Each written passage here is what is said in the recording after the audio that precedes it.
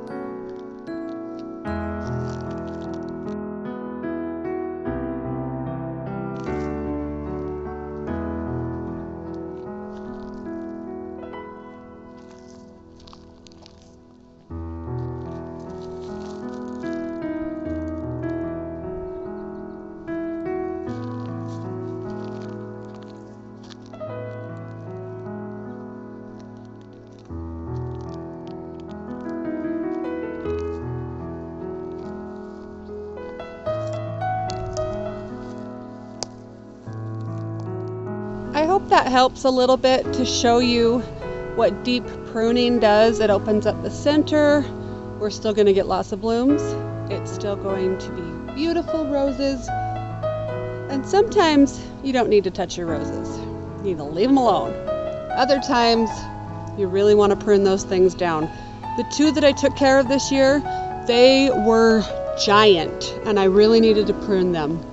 So if you're a rosarian and you're really good at roses, go ahead and give me a comment on what you think the difference between pruning and leaving the rose alone would be in your area.